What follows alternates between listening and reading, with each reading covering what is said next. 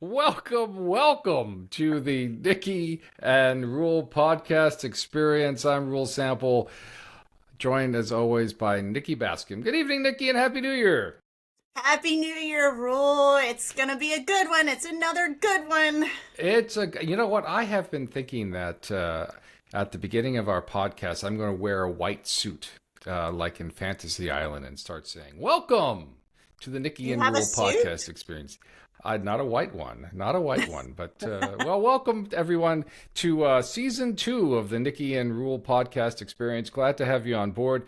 We're going to be talking to someone very special in our community today who is working extraordinarily hard with a section of our community that often goes unnoticed. Go ahead, Nikki. I've had, we've gone way back a whole 4 or 5 minutes, but I can tell you right now, I have enjoyed talking with Miss Dawn-Michele Blalock with the Brigade Boys and Girls Club and the Community Boys and Girls Club. Welcome, Dawn-Michele. Thank you so much for joining us tonight. Thank you, Nikki and Rule. Appreciate being here. It's your last chance. You can run away now. Leave now, forever hold your peace. Dawn-Michelle, you have been with the Boys and Girls Club here in Southeastern North Carolina for how long? About 19 months now. 19 months. Yeah. And folks, as we go into the podcast, you're going to see that she has done a heck of a lot in those 19 months. But I wanted to share something with everybody. As we were getting to know her a little bit and sending out bios and everything else, she sent this picture and she said, there is a story behind this picture. So I'm putting that up there. It's a picture of her, a child waving the peace sign, and a dog. Dawn-Michelle, what's going on with that picture? You said there's a story there. So one of the things that we're focusing on with the academic support that we provide at the Boys and Girls Club of Southeastern North Carolina is literacy coaching. So we had an idea. Bruin is my dog. His name is Sir Bruin the Bat Pig on Instagram. He's got about 6,000 followers. He's very popular. He's the mayor of our neighborhood. Yeah, he's a celebrity in his own right. But I bring him to the club on occasion, and he's a Frenchie, so he makes a lot of noise when he's just breathing and trying to survive. And so he has started Bruin's Book Club. And it is a chance for him to come to the club, and the kids, mostly our younger kids, come into our library and they circle around him. There's lots of treats, and they read to him. And so each of them get an opportunity to read to him, and he loves it, and they love it. And so he has his own little volunteer name badge, and he struts around the club like he's just one of the other members. So he's kind of our unintended mascot, but it's specifically to help the kids read. So he's now started his own book club. The only downside of that is that I am slightly saddened to find out that a dog has much more followers than I do. He has more followers than I do. Other than that, you are at the Boys and Girls Club. What exactly is the Boys and Girls Club? Let's start off with what is your general mission there at the Boys and Girls Club of Southeastern North Carolina? So, our piece in the industry is in youth development. And so what we're trying to do is to provide a very safe place and environment for young children, to, especially those that need us most, to come to the club, to be mentored and supported, so they can become productive, caring, responsible citizens in our community. We serve kids from kindergarten through 12th grade. Wow. And most of what we do is we're providing academic support, character and leadership development, sports and recreation, of course, access to the arts, STEM, music, you name it. We've got programming that's aligned to it so that we can provide that for the kids that we serve. Our kids are members, so they have responsibilities when they come into club. It's their club. It is specifically for the kids. The adults cannot come in to the building without being asked or invited into because it's their space. We have very strict safety rules about that as well. So it's a place for them to come, and it's their space. It's their spot. They can be a kid, and they can be mentored and supported, and hopefully be very successful in life from the relationships that they build within the club. We talk about the Boys and Girls Club as one club, but those two clubs have not historically been one organization. Correct. They have been two fairly successful organizations, at least here in this area. But you folks united not too long ago. January 1st, 2023, we became one big club. And so the Brigade Boys and Girls Club has been around Wilmington for about 126 years. Wow. Started out as the Boys Club. The Community Boys and Girls Club is about 65 years old. Onslow County merged with Brigade, I think back in 2015, which opened up a bigger footprint for us to serve. And then since then, we've added 3 more counties, 6, 7, 8 more sites. Wow. We're at 21 sites right now across 5 counties. Wow. Wow. That is absolutely amazing. Now, I'm going to throw a question at you that you might not be able to answer, but within those 5 counties, do you know about how many children you're able to provide services for, or is it like we're serving about 2,200 kids across the region. So, wow. And we'd like to grow some more, but we're gonna catch up with what we've done in the past 18 months. There's other counties that do not have boys and girls clubs, and we have that in our strategic plan. I wrote a strategic plan to add those counties in within the time frame, and so we will get to other counties that are underserved with our services eventually, and really fill out that whole southeastern region of North Carolina with Boys and Girls Clubs. Another question that I have is, you were talking about the mentorship and the services that you provide to these children. Now, who are your mentors? Are they your staff members? Are they volunteers? How do you find these wonderful people that are giving of their hearts to help these children?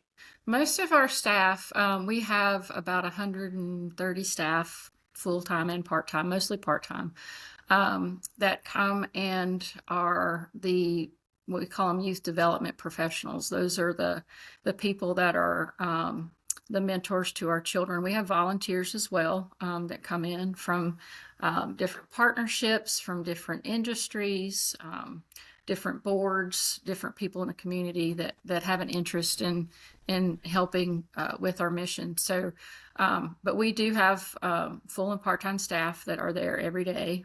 We provide services for after school. So for the 9 months that kids are in school, we pick the kids up in New Hanover County. We have our own buses, and so we pick them up from school and bring them to their campus, whichever one that is. And then for the other site locations across the other counties, those are all school-based programs. So the kids come to the cafeteria after the school bell rings, and then we start programming and kind of split out from there. And so all of those locations have their own staff. We have very tenured staff. I've got some employees that have been here 25 years. Some 20, 17. I mean, they are committed to these children. They build relationships with them.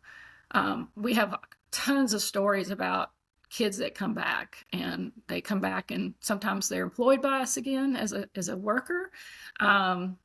Sometimes they're just back to tell us, how successful they've been, and they can name every person that mentored them along the way. They can name every person that's mentored them along the way. Yeah. It's amazing. How many of your children come from broken families or in positions where there is no adult mentorship or adult leadership? Yeah, so 50% of our kids are from one parent family or one provider family. Wow. Sometimes that's not a parent, that may be a grandparent, it may be another caregiver or an aunt or uncle. So, half of our kids are not coming from that type of nuclear family that maybe we enjoyed growing up as kids. And so those come with challenges sometimes. As much as we support the kids, we want to support the parents too. And so we're trying now to figure out more wraparound services for the parents that we know if we can keep the kids moving and healthy and mentally healthy and growing and thriving. If the parents aren't quite there, then we feel obligated to help them as a unit. So, our focus is the children, but you have to focus on their families too and what they've got going on. Well, just like in education, and Nikki can probably talk more about this, is that if you don't have parental buy-in, it's really tough to make any kind of progress with the children. It is. And we see varying degrees of that. We're fortunate. We have pretty active parents. And a lot of the kids have been with us, for quite some time. They start in kindergarten and they stay with us till they graduate. And, we enjoy a 98% graduate on time with a plan for those children that have been in our programs like that. Okay. We went through that real quickly. 98% graduate. 98% graduate from school with a plan. Yep, on time with a plan. Amazing. That is absolutely amazing. So we get report cards. It's part of our programming for our academic support. We have 30 different types of evidence-based programs that we get from BGCA America. So we're a federated club, meaning that we pay membership dues to BGCA America, and for that we get the programming, we get marketing, we get training for our staff, for our board. We have probably one of the most trained boards I've ever seen. So there's a lot of requirements. Yeah, there's a lot of requirements. We need that everywhere. Everywhere. Our schools need a good trained board. We've got a great board. They're very active, engaged, very supportive. They've just been phenomenal to support me in my transition here. So, but out of those 30 programs, we've got a lot of support there, and we don't have to figure it out. It's already evidence-based. It's very turnkey. So we get all that from BGCA, and then we get to operate as we choose. So they don't tell us how to operate the club. We're within the parameters of what our membership requirements are. But outside of that, we get to do it the way that we feel is best for the communities that we're in. This is really Sounds fascinating. Like you're doing a great job. Okay, I'm going to talk over Reuel for 1 second. Always does. Yeah, just because we need some fun stuff too. Oh, jeez. It's a new year. It's a new year, but the same old stuff, folks. It's same. You're stuck with me, Reuel. Sorry. Dawn-Michelle, how are the children chosen for your program? Is there an application process? Are they identified in some way? How do the children get involved? They really choose us. We've been here for so long. I think a lot of people know kind of a little bit about the Boys and Girls Club, but we're very active in the community. So, our visibility in the community is important, and we always need to be aware of that because we're always trying to recruit more children to come into our programming, and especially teens. We've been doing a really intentional job of finding the teens where they are and trying to get them to come back into clubs since COVID. So, when COVID hit, everybody scattered, as did the teens. And so now we're trying to pull them back in. And so we have a very intentional recruitment program around teens, and we have specific staff and leaders in our organization that are tasked with going out there and finding the teens, where they hang out, where they're in school, where they play sports. We show up at sporting events for kids that aren't even our members. So just to show them that, we're here, we support you, we'd like you to come in and be a member, because we think what we have is really good and can help support these kids through a lot of different challenges that they're seeing right now. Is it tough to get the teenagers out of their cell phones? Is it tough to get them? Oh my gosh, it's like an appendage. It's a new appendage to the end of their arm. We can't take the phones away. I would love to get rid of them because I think they can be very useful, and we do use them appropriately to get the kids engaged. Sometimes there's a lot of things we can do with technology and the phones. But they forgot how to talk to each other because they talk through screens. And so when they're trying to navigate difficult conversations, they don't have the skill set sometimes to be able to navigate that appropriately because they're keyboard warriors. They can get behind a keyboard and do this. And, they're the TikTok generation. Everything, if I need their attention, I've got to send them a TikTok sometimes. We have this motto. When they're 5 feet away from you. Exactly. We have this motto, we'll do whatever it takes, and I say anything short of sin to get the kids' attention. And so that's, it has been a challenge, but we're finding ways to utilize the cell phones and the tech appropriately by engaging it as a tool with our programming.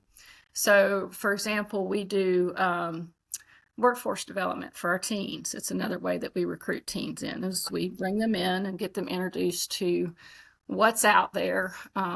After high school, some of our kids are going to go straight to the workforce. So if they do, we want them to have as much opportunity to see what's out there. So we're always looking for partnerships to be able to do that with different industry leaders out in the community. But through that, we were able to receive a grant for technology, the virtual reality technology. So it's called Transfer VR. And so the kids can, through the VR system, can navigate through different types of jobs. It's like being oriented and being an intern for a job. They can see thousands of different types of jobs out there. They can engage in kind of what that is. So we've got one kid, teenager, I know right now, he's very interested in gaming. So he's learning how to build out gaming systems through the Transfer VR. And so you see him with the VR on his face, and he's walking around and doing and he's learning a skill.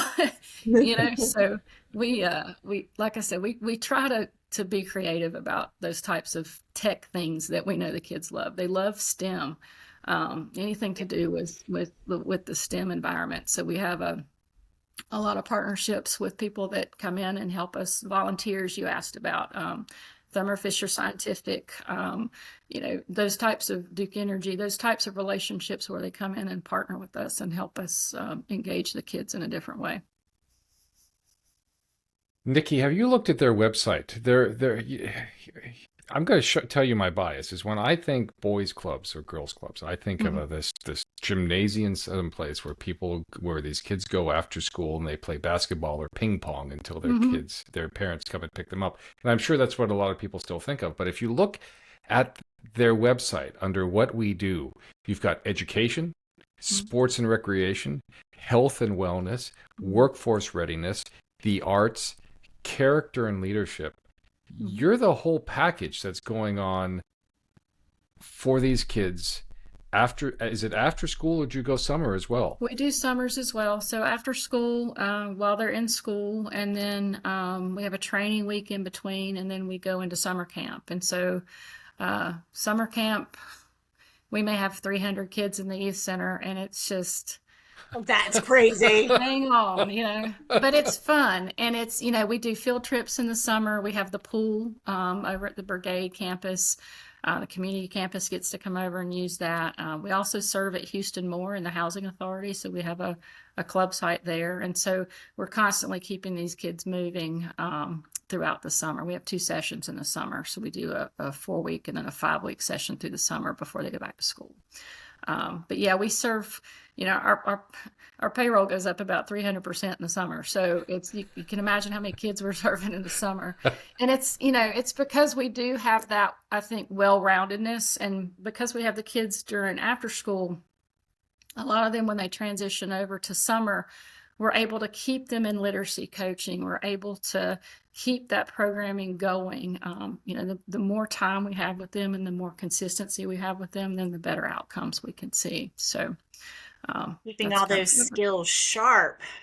We're trying. Now, I have another question for you, talking about when I think of summer school, I have young children and I'm like, oh, what is this going to cost me for the year? So if Mm-hmm. a family wanted to come to the Boys and Girls Club, how much would it cost for summer school or after school program? Is there a So cost involved?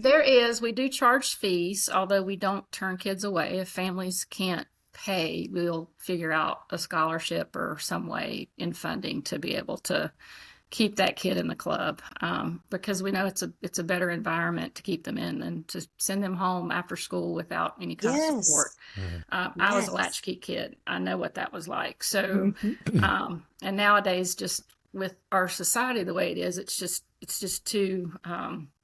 It's not safe to do that anymore. So, it's $75 a month for after school. Hmm. And then summer camp it's $250 a session, so it ends up being about 60 some odd dollars a week. And we do require them to come for the whole session so that I can staff it appropriately. That's one of our membership requirements. We have ratios. We have to have a certain ratio of staff to members to children, for safety reasons. So, up in Pender County, when we opened up our sites up here, and we're engaging right now in a conversation about providing summer camp up here for the first time, in Pender, and there are other summer programs out there that are charging $250 a week. So what we're Yes. charging for the whole session, which is 4 weeks or 5 weeks, whichever session they're in. um, a lot of our kids can't afford those other programs, and there's no reason why they should not have the same opportunities, as other kids are getting during the summer. And we're here to do that. So, and we want to make it affordable for parents to be able to come in and not have that burden of having to figure out where they're going to keep their kid and how they're going to pay for it. We're very fortunate to have a lot of funding partners in the communities that we serve. And because of that, we're able to keep cost down and keep them lower so that we can make sure that kids can stay in club. I'm not ever going to turn a kid away. Just not going to happen. What is the biggest challenge that these kids are facing today? I'm a Gen X as I am well, too. and our biggest challenge was making sure that we don't get blown up by the Russians before we graduate, and we succeeded. Yeah. But the challenges today that kids are facing, I wouldn't want to be a teenager today. Yeah. It's a tough world. What are they facing, and how are they dealing with it? So what we're seeing post-COVID is that the mental health of our children is not well. They face those communication challenges. They were isolated for 3 years, and they've forgotten how to talk to each other. They're coming with a lot of just challenges from home, and we've got kids that are in the foster system, and they come with those challenges. But we're seeing so many different challenges with these kids now that we actually implemented a social worker program. So it's called SOS. It's social and emotional wellness, and we have certified social workers that are actually engaging with our kids so that we can keep them in club. Because we do suspend for behaviors. If they're bad behaviors, they have rules, and so there are consequences, and we try to keep the kids in the club and not go down that road. And so, but the behaviors have been really increasingly worse since COVID, and I think a lot of it is just due to the isolation that they've had, and just trying to reintegrate into their normal routines and things like that. Some of them are just coming from very challenging family backgrounds, different situations like that. And we have to be prepared to help all children. So, we see a lot more children that are on the spectrum, and, we're dealing with different behaviors that come from kids being on the spectrum. So, those are things that we're constantly training and retraining our staff to learn and to understand. What are those red flags? When a kid starts behaving when they differently than they were before, that's normally a sign that we need to dig in a little deeper and really come alongside that child and figure out how we can support them and help them. And hopefully through that mentoring type environment, they feel comfortable enough to bring those challenges to us so that we can help find resources for them. I like the idea of suspending Nikki from the podcast. We'll take that under advisement. But it's it's January 7th, 2025. You're saying we are still dealing with COVID fallout in terms of the mental health of our children? Yeah. My daughter was in high school during COVID, so we went through Florence, and she was out for 4 months, after Florence, and then COVID came in, and so her senior year was really the only semi-normal year that she had. And that's just one child, and she had resources. So, think about that, the magnitude of kids that were coming from that type of environment that maybe didn't have somebody supporting them with their homework at home.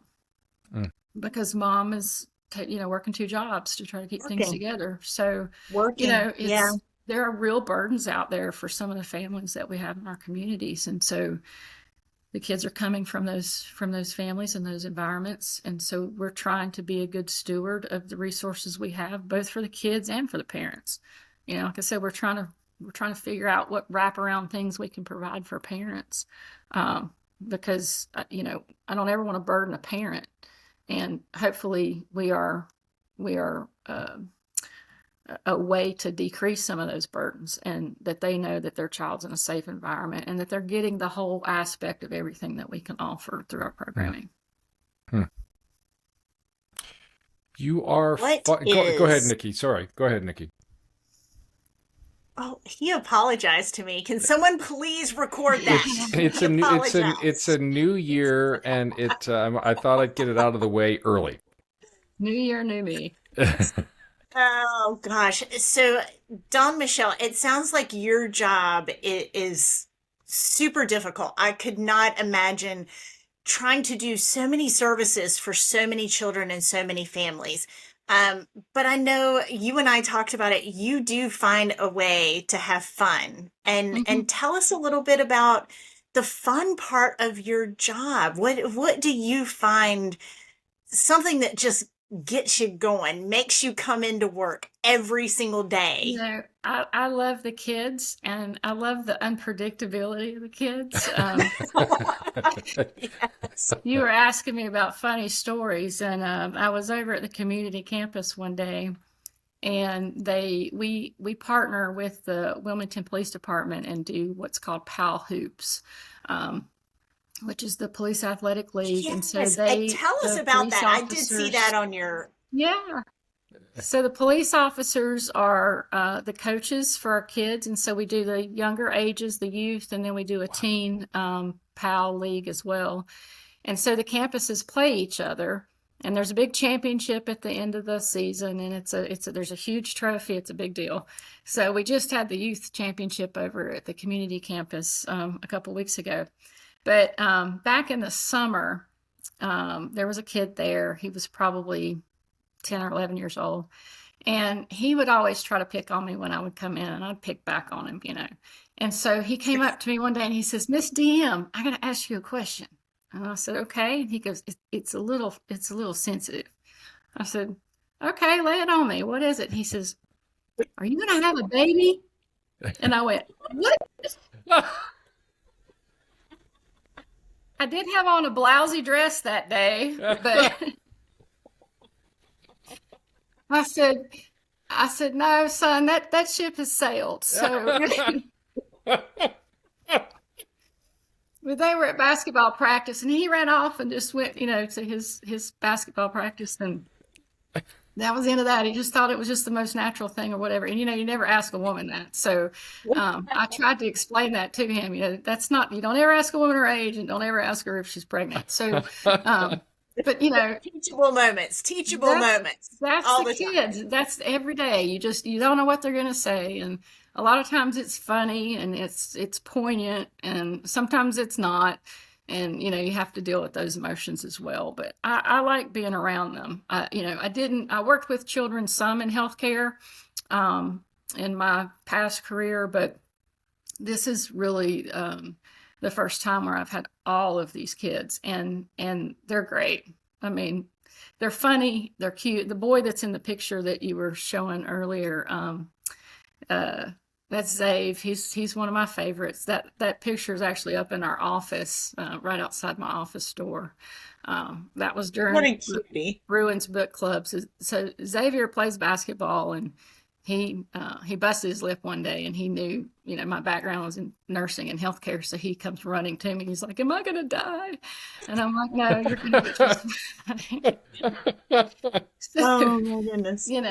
it's and they're just, they're great. They're kids. Some days are, better than others, and some days they need a little more attention and mentoring than others. But they make friends, and they have these friend groups, and they're growing up together, and they're able to, build relationships with other children that are similar backgrounds, and can understand some of the challenges that they have because they're going through them too. But I just, it's fun. It's playground, basketball court, whatever they're in. The VR thing, we put that on one day, and Miss DM's just running around looking all crazy. But it's a lot of fun. We try to do a lot of fun things with them, and we try to keep a variety of a lot of different things, because they can get bored easily. So we're always switching things up and trying new things. And so, one of the things in the future is we'd like to get to more league play with other types of sports. So we're starting to put the bones of some plans together on what that might look like, and having different sports other than basketball, or looking at soccer, baseball, flag football, lacrosse, golf. We have a first tee program, so we've got kids that are going and learning how to play golf. So we have the One Love tennis program that we do, where they go and they're playing tennis and they're learning tennis. You know what I love from this conversation? What I love from this conversation is, as you're talking about the organization of Boys and Girls Club, is that you're very serious, because you are the CEO, and you've got an organization to run. But then when we get to Nikki's question, is tell us about the kids. Your face just lights up. You could tell that you love what you do. And that's great. And I was going to piggyback on that question. You said you're from a nursing background. So two-part question. One, from a nursing background, did you ever see yourself getting into a field like this? And number two, you said your mother was in the education field for 35 years. Did she see you going into something like this? This is a big deal. Yeah. So I spent 30 years in healthcare. Spent 10 of that clinically as a RN. Wow. I still have my license. I'm not ever giving that thing away. I'm going to keep it forever because it's too hard to get. And then I got on the business side of healthcare. And so I've been running organizations and doing everything from the CEO role to strategy to operations and all that. And really a lot of for-profit, not as much nonprofit. So that was a little bit of an adjustment. I've started some foundations before, but never, I would do the startup and then hand it over to somebody that actually knew what they were doing. So, and it would be very successful because somebody else was running it. So, and I thought when I came here, I said to myself, I'm going to retire from 30 years of this career. I'm going to do something different. I was not expecting it to be this. Oh my gosh. I got a call from a recruiter one day, said, "You ever thought about running a Boys and Girls Club?" And I said, "Absolutely not. What the heck is that? Like, big brothers, big sisters, what?" I didn't even know. And so, I have a pretty strong faith life, and I just said, "You know what? I'm just going to do this. And if it's meant to be, then I'll keep walking it out." So here I ended up, and I've enjoyed every minute of it. But no, I did not see myself going into youth development or supportive type education programs for kids. But my mother taught kindergarten, first grade for a long, long time. And like I told Nikki earlier, it explained a lot about why my brother and I were raised the way that we were. But I'm finding all of those things that I saw with her growing up in my elementary school, those things are still the same. The kids they still navigate toward that one teacher, that one mentor, that one YDP that we have, and they still engage kind of the same way. But I thought I was going to walk away from all the social determinants of health and population health and all that kind of stuff.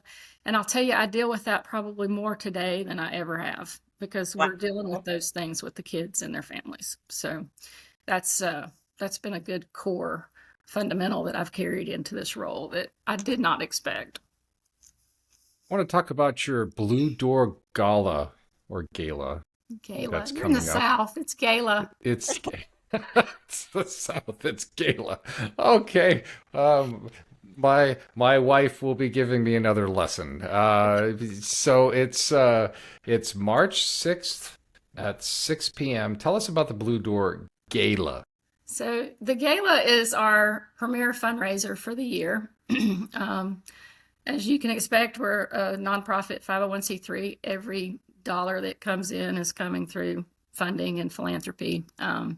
So this is really our premier event where we have a lot of support from the community that come for a fun night. It's a black tie event, or whatever your version of black tie is. We're not going to turn you away. But there's music, there's dancing, there's food, there's entertainment. The kids come over usually and do a dance routine or something that they've learned for the gala.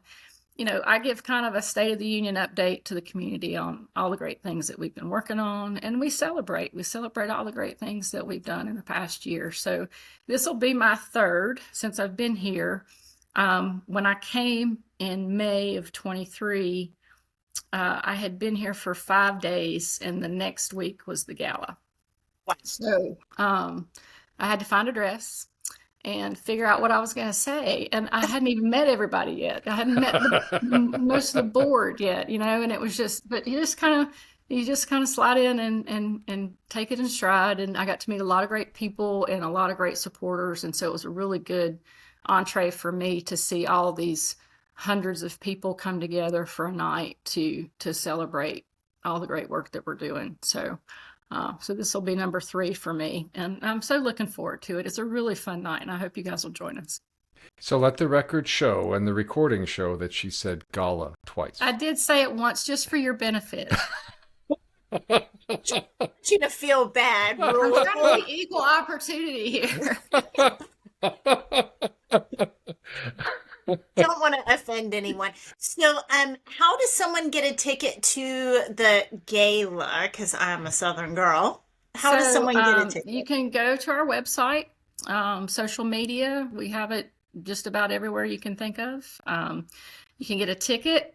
You can get a table. It's even better. You can, if you want to sponsor, we'll put your name out there and give you all the marketing support we can. So, but you can, reach me on the website. It's posted on our website. It's really easy to engage there and get more information and get registered to come to RSVP. Now, if someone wants to get involved, volunteering or just every day, because I find myself gravitating towards you more and more every minute that we talk. Run, Dawn-Michelle, run. You just hush your mouth quickly. Run now. I feel like a ping pong ball between you two right now.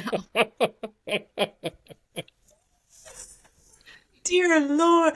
So if someone in the community just wants to get involved, wants to volunteer, I'm assuming that there's some sort of protocol that volunteers have to follow, but how do they get involved? So go to the website bgcscnc.org, and there's actually a tab there for get involved, and you can find out how to get in touch with one of our staff people who actually work with the volunteer program. So but safety is super important. It's the number one thing that we have to engage with, especially nowadays. Everybody has to be background checked. If you're spending any amount of time with our kids on a regular basis, you have to have a nationwide background check, and you have to have a sexual register offender check. So those are paramount. Without that, you can't come in the building. So you can't be around the kids.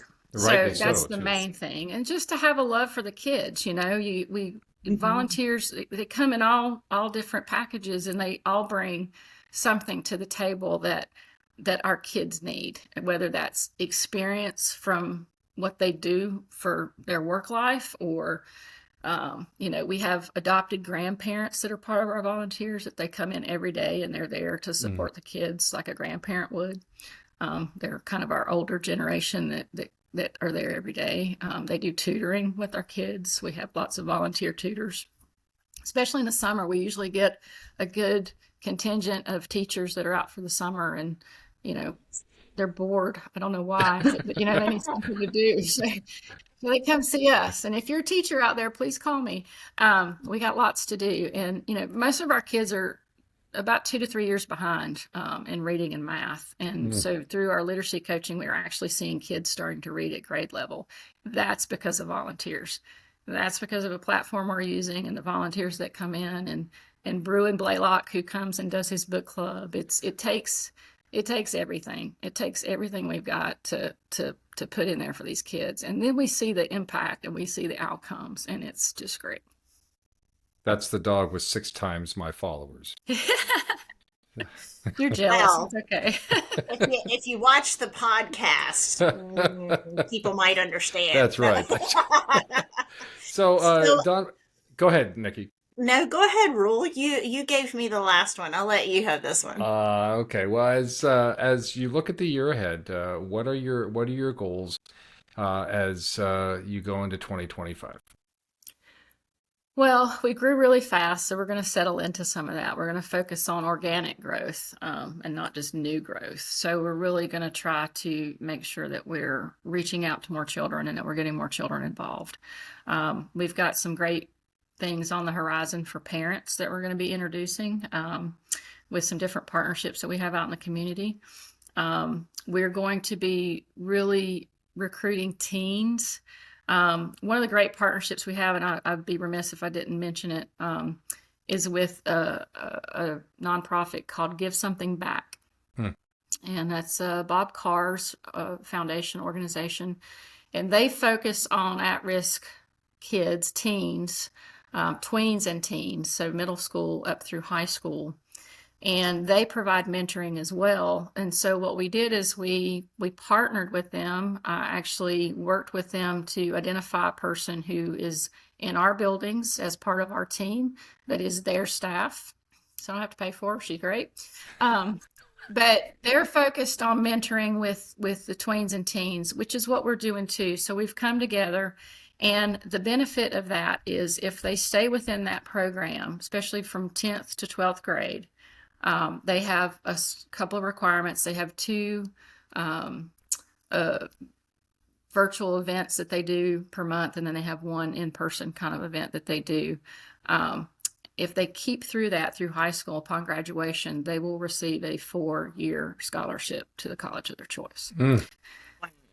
So working with parents, amazing. Working with parents, I need them to know that. So we're trying to get that message out there that if you want your kids to go to college, we're finding ways to get kids to school that is either free or cheap or, low cost, scholarship availability, things like that, that we're bringing in as part of those. Again, it's a service to the child, but it's also a service to the parents and the families. So those are the types of partnerships and relationships we're trying to continue to build out in the community. Who can I partner with that does something that aligns with what we're doing, and through that synergy together, we're able to really increase that impact to the kids that we're serving. So that's kind of where we're going. It's amazing. It does sound absolutely amazing. So you've hit on it a couple of times. If someone wanted to just donate, can they go to your website and donate? And what message do you want to give to the general public? Someone that might not be a family or a grandparent, maybe even someone that doesn't have children at all. If you could ask them to help in any way, what is it that you would like to ask? I would ask, regardless of their situation, whether they have kids or not, bring your time and talent to something that is in youth development, whether it's us or somebody else. But I would love to have you with our organization as a volunteer, a possible employee. The thing about what we do, I think there are great youth development programs in all the communities that we serve, but we're all a little bit different. And I think this is the only one that I've found so far that is the whole total kid. So with that, if there are people in the community that want to see our community thrive and grow, get involved, come volunteer, come take a tour. Just come tour the club. We'll take you around and we'll show you what we do. We'll introduce you to some of the kids. It's really life-changing, the types of things that we see and that we're doing. And the more people I have alongside us as partners and helpers in that, then the better our community is going to be, because those kids are going to grow up and live here, and they're going to become the people that are going to be taking care of us one day. So I want really good care, and I want really good, I want a really good community. Bring your time and your talent. The biggest thing that we do is just provide presence. Yeah.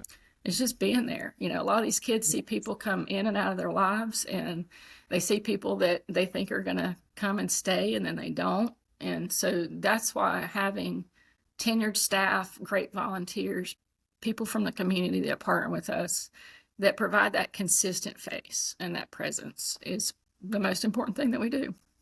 And if you can't do the time and talent, you can always use people's treasure. And, you can donate. You really, really rely upon that. 80% of all of the funds that come in our door go straight to the kids. So we have very little administrative cost, and we have some fundraising costs, but that's it. We're a very lean organization, but every bit of what we do is provided by the goodness of others. And so if that's where your heart lies, we'll take that too.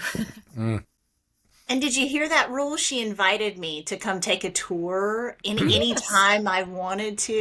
That was you with the plural. It'd be more like y'all. Dawn-Michele Blalock, we asked you to do 30 minutes and you hung around for 46. So right. Can't tell you how much we appreciate High you achiever. being here and You sound like an overachiever. Most definitely. I'm blown away by all the things that you have been able to accomplish. Well, it's not me.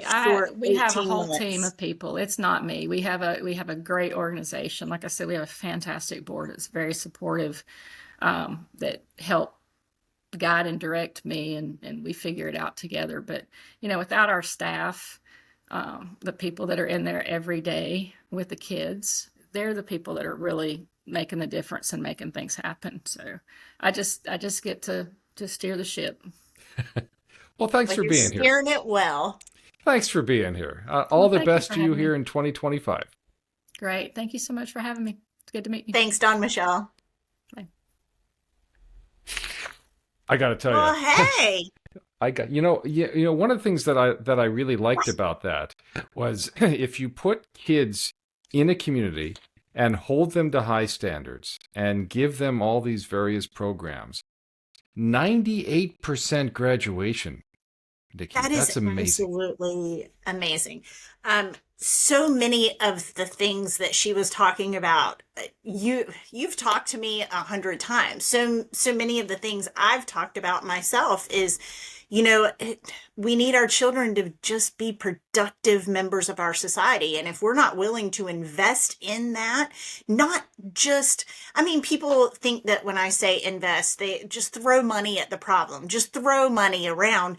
And that's not what it is. It's your time. And you heard her say time and time again, it's the consistency of the people in their lives. And that's so, so crucially important. Whether, not everyone is blessed to have a family right there ready to jump on any task. And God love her.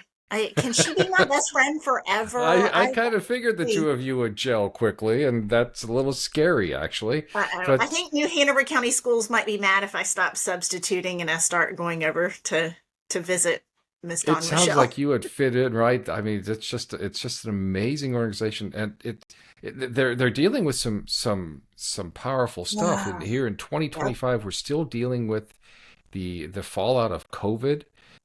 These kids in their developmental years, they were cut off from everybody, and that's going to be a lifelong problem with some of these Oh children. my God. Well, my whole thing was, I was lucky enough to be at home with my children and, education background. So it was easy for us to transition. I was fighting for everyone else that didn't have that easy transition. That talk about latchkey kids. There were kids at home alone at 6 years old, Hmm. learning how to take care of themselves and learning how to navigate the internet, navigate their online courses, and it was hard, and there was nothing that these families could do about it because their hands were tied. They had to work. They had to go to work, and if they had no other option, then these kids practically raised themselves. So, considering a lot of these kids raise themselves, it's bad, but I mean, proud of them, proud Yeah, of some of the things that they've been able to accomplish. And oh my God, even through all of that, 98% 98%. graduation I'm with just. a plan, with a plan. And yeah, Blows my mind. what is the graduation rate of New Hanover County? It ain't 98%, is it? It's not 98%. Even if it was 98%, to have 98% and know what you're going to do And afterwards, no, nowhere near it. Nowhere near I it. I So am God just. love her. God love her staff, all the volunteers. If we can make it to this gala, if I had enough friends to table, I would. I think Well, you never know. But folks, please check them out at uh, BG. We'll make sure that the link is in our it'll be website. posted. We're going to Yeah, post we're it going to post everywhere. it. We're going to make sure that it's all. So last week we didn't. We had a sort of a trivia question, but it's still cooking, right? It's still cooking. So We it's can't. still cooking, and but we've had a lot of good responses to our conversation with John Hinnant as we look forward to 2025. I think one of my best outtakes from that is we're going to have comedians back, and I kind of like that that we're going to be able to laugh Thanks, again. Yeah, yeah. So comedians and free speech on Facebook or yeah, that's Meta right. or That's right. wow, we get That's right. free speech too. Thank you. So before Nikki gives her trivia question of the week, I just remind everyone to make sure that you like and subscribe. The more you like and the more you subscribe, the more we get our message out. It doesn't cost you anything. Our merch shop is in the works, so that should be up within the week or so. So you can even help support the podcast that direction. And if you're here in the Wilmington area and you would like to write for the Wilmington Conservative, please just drop us a line, and we'd love to talk with you. We are the conservative outlet here in New Hanover County, and we're very proud of it. So, Nikki, what do you got for our trivia question for the week? Well, I want to piggyback on what you just said is if you want to come on, if you want to talk to us, if you have an Yeah. interesting story, if you know someone that you're like, wow, you have to meet this person, most amazing person I've ever met in my life, drop us a line. Let us know. We'll have them on. We're not afraid. We're not And afraid. and you too could become fast friends with Nikki Bascome. Yes. Yes. Wow, you just made my night. People want to be my friend. So, Okay, so I have a really interesting, because I've been diving into a lot of genealogy with my family. My husband and I got into an argument over Thanksgiving and Christmas, um, and I'm going to share it with the world. I'm not going to say what the argument was, but it led to this crazy fact, and I want everyone to research this fact.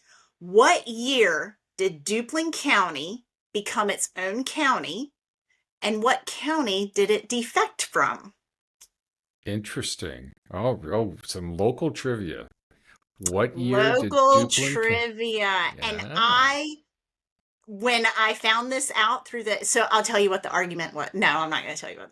Okay, the argument was over the Duplin County name and how he said it was supposed to be Dublin, but the English wouldn't let the Irish have Dublin, so you had to flip the B to a P, and it became Duplin County. So I started researching it because even though I'm Irish, I want to know the truth, and I don't want to. Speaking of which, the truth we got free speech on Facebook, but that doesn't mean you can still be stupid. I mean, I'm sorry. I'm sorry. Still use your brains. You know, when internet first started, you kept hearing about, don't believe everything you read on the internet. And it still rings true. Don't be stupid. Just don't be stupid. There's actually an interesting article on the Wilmington Conservative published today that talks about that freedom of speech means also responsibility in speech. And responsibility, accountability, and you still, if you're a Christian, I mean, no matter what you do, what you say, it still reflects on your Christian beliefs. So watch what you say and watch what you do and be good. Yep. Be good to people. God is monitoring Facebook and X. So, Nikki Bascome, another great show. And always good to talk to you. Always good to see you. Folks, please like and subscribe. We are on all of the major podcast platforms. We are on YouTube. We're even on Rumble. So make sure that you check us out over there. And until next week, I'm Reuel Sample. And I'm Nikki Bascome. And this is the Nikki and Reuel podcast experience. Thanks for watching, and we'll see you soon.